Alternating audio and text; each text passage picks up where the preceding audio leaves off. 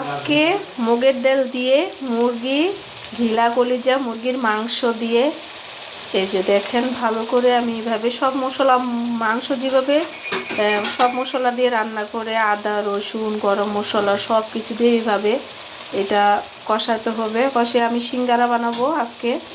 তো এই সিঙ্গারার জন্য আমি এগুলো আজকে মুগের ডালও দিচ্ছি, কিন্তু বাদাম দিচ্ছি না আজকে। সবসময় বাদাম আমার কাছে মাঝে সাঝে বাদাম দেই, তো আজকে বাসায় বাদাম নাই দেখে বাদামটা দিতে পারতেছি না। তো আমি আজকে এই যে মুরগির ঢিলা কলিজা মাংস মুগের ডাল দিয়ে এটা সিঙ্গারার জন্য তৈরি করতেছি। সিঙ্গারার ভিতরে যে ইয়াটা ওটা বানাচ্ছি। পাশে আবার আলু কেটে নিয়েছি, আলু দিয়ে যে এইগুলোর সাথে দিয়ে দেবো এখন।